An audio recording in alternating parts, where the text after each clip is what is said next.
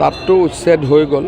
এতিয়া আমি গছ ৰোৱাৰ কাৰ্যসূচী আৰম্ভ কৰিম আৰু কোনোবাই আৰক্ষীক আক্ৰমণ কৰিলে তেওঁলোকৰ ওপৰতে গোচৰ হ'ব, ব্যৱস্থা হ'ব।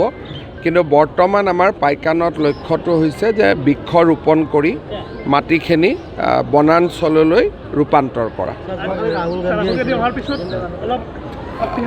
তেনেকুৱা একো হ'ব নোৱাৰে আৰু কোনোবাই যদি ভাবেও তেতিয়াহ'লে আজিকালিৰ ভিতৰত ঠিক হৈ যাব।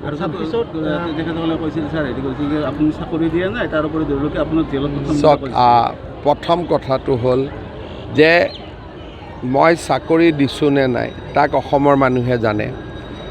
জেলত মোক পঠোৱাৰ আগতে যে ৰাহুল গান্ধী নিজে জেলত নাযাব তাৰ কি গেৰেণ্টি আছে? সেইকাৰণে এখন ৰাজ্যত আহি কাক জেলত পঠাম, কাক জেলত নপঠাম, এইবিলাক কোৱাটো ৰাষ্ট্ৰীয় নেতা এজনৰ কাৰণে শোভা নাপায়। চাওক, তাৰমানে ইয়াৰ পৰা বুজি পায় যে মই কিমান ইম্পৰ্টেণ্ট।